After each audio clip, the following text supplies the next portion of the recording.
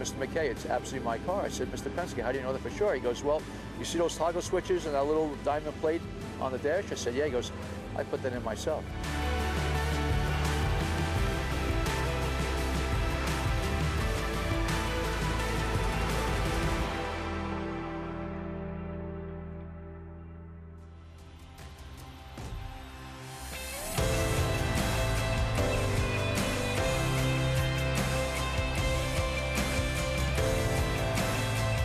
I have a Corvette restoration facility called Corvette Repair Incorporated in Valley Stream, Long Island, New York. But my passion is cars with race history, cars that went to Le Mans, Sebring, Daytona, and so on. So I've been very fortunate. That was Roger Penske's first race car as a team owner. The car is the only C2 Corvette that back-to-back wins at the 24 Hours of Daytona and the 12 Hours of Sebring in 1966. He was overwhelmed when he first saw the car. We spent some time together.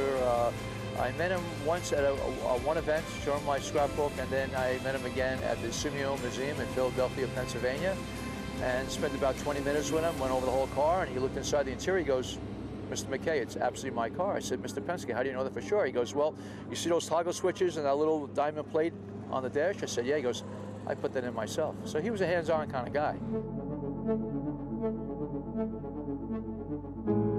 Oh, he's one of my biggest heroes. I pinch myself every morning when I look at my collection in my garage, and I went after the very best cars I can afford.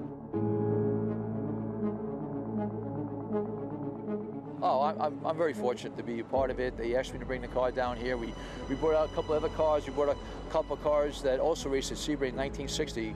It was owned by Briggs Cunningham himself, but knowing that the cars were here in 1960, these guys were here, 50, 60 years ago. This is unbelievable that we're a part of history. So we're going to preserve it and tell the story as much as we possibly can and let people get an education what we're doing here. So it's been fun. His goal was to win Le Mans.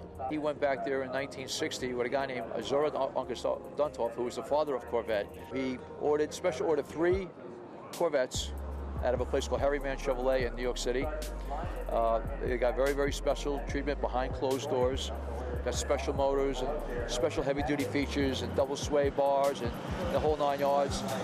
And he went over there, and actually, the record held for over 40-plus years. The number 3 car actually was 8th overall and 1st in class. And the car's here today. All 3 Cunningham cars have survived.